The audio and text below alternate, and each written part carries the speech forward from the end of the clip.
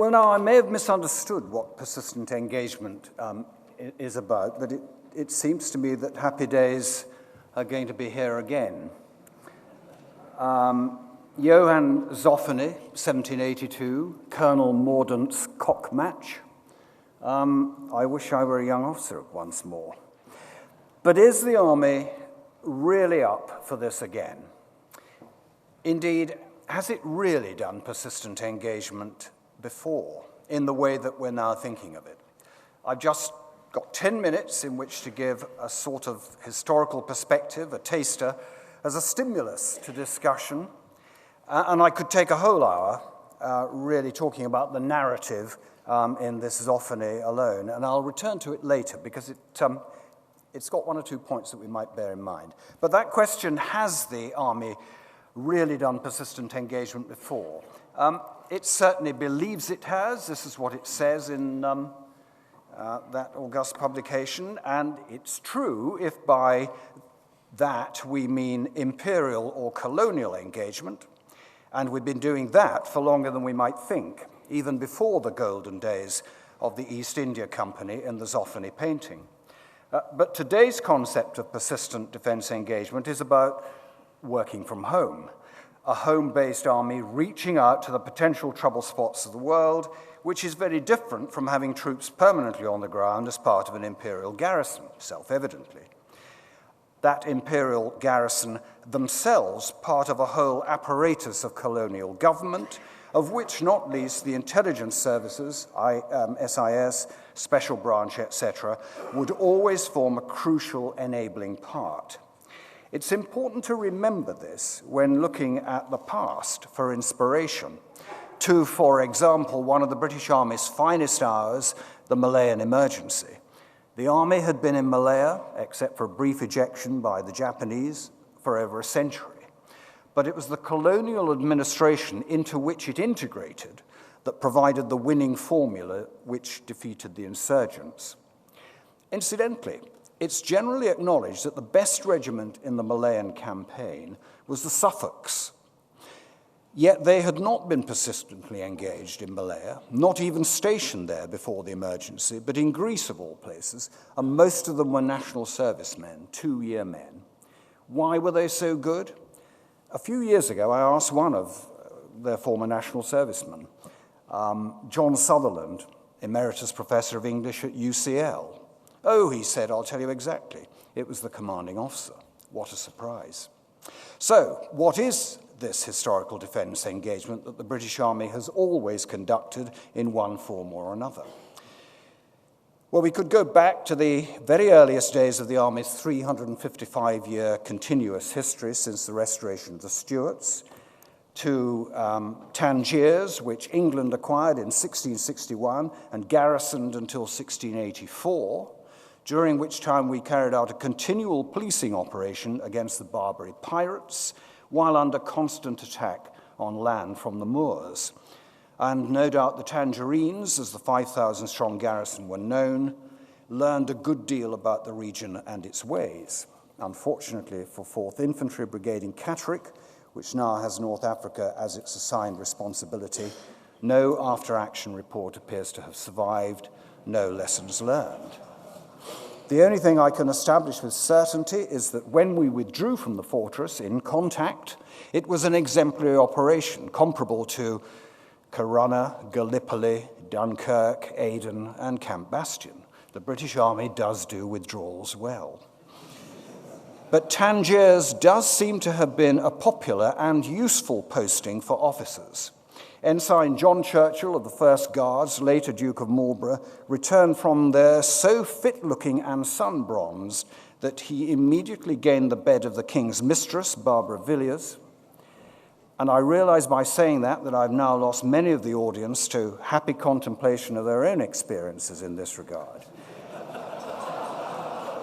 But the point I'm trying to make is that there is plenty of history to look at.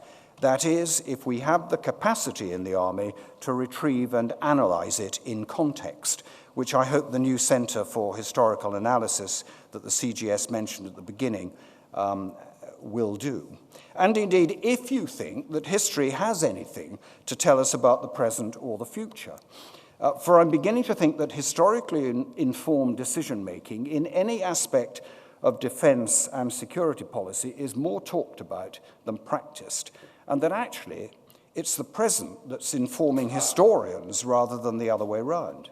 For example, I always found it incredible that in the 1930s, the international community took so little heed of all the warnings of the threat to peace in Europe, not wanting to pay for rearmament, etc., until one looks at the unwillingness of governments today to face up to what's going on in, if I can use the words of Neville Chamberlain, a faraway country between people of whom we know nothing, or rather faraway countries, plural.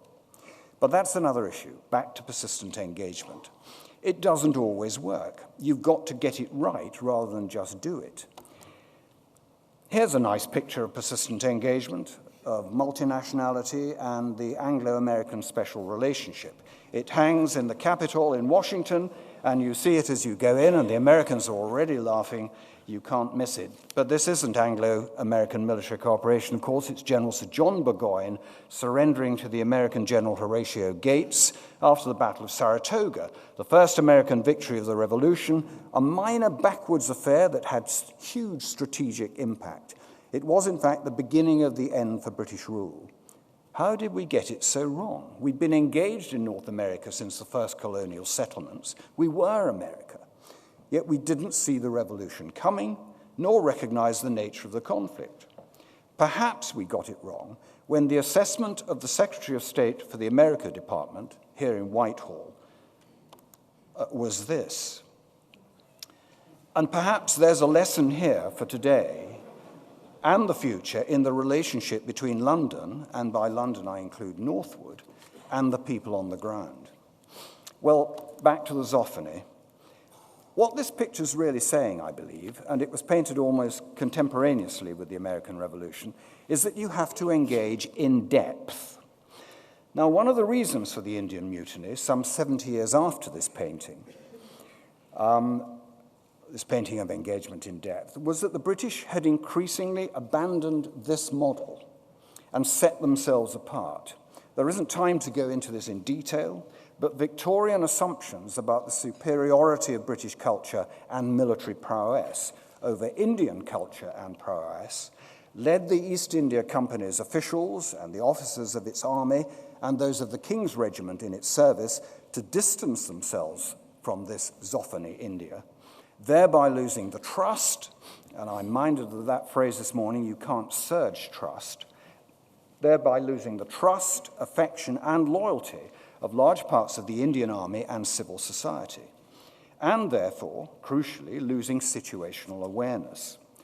And here I'm very much minded of something Peter Wall, the former CGS, said of our involvement in Iraq, how an incredulous Iraqi elder had said to him when he was commanding the division there, "I thought you, the British, knew us better."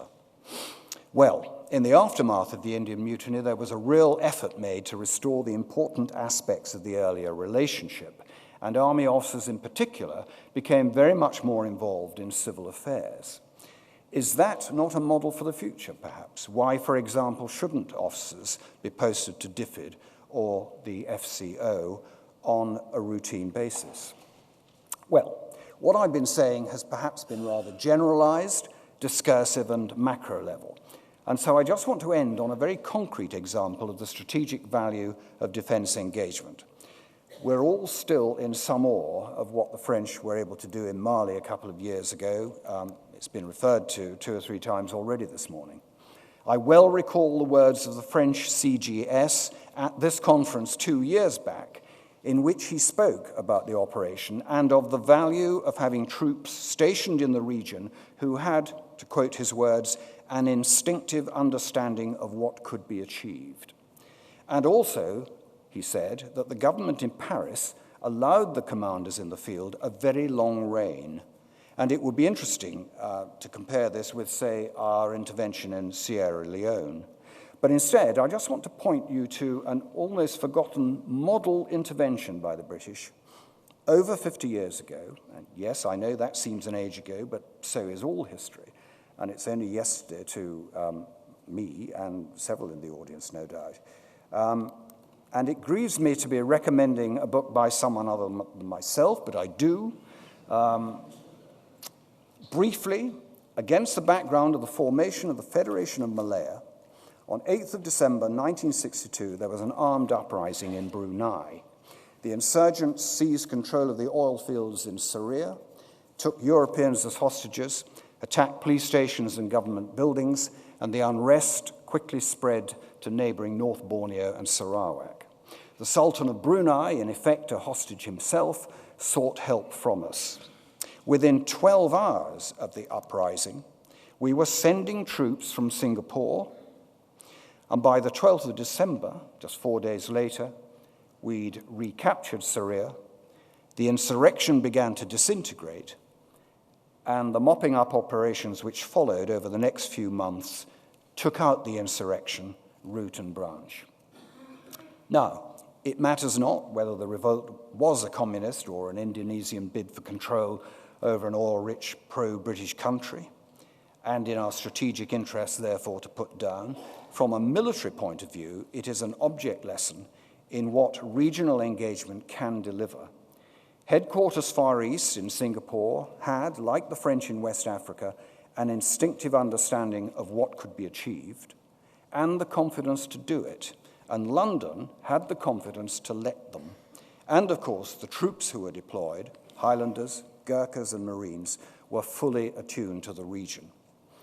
So I suppose I must finish by slightly questioning the model, or rather the model which some parts of Whitehall would prefer, that of merely, for want of a better term, expeditionary engagement, doing it all from home. I mean, ought we not to be pushing the boundaries here? And rather than take up any more time explaining this, I'll simply refer to a piece I wrote in the Times last year in the wake of our air power-only response to ISIS, whose headline and strapline speak for themselves. With our bases in Cyprus, we're over halfway there. I'll leave it at that. Thank you.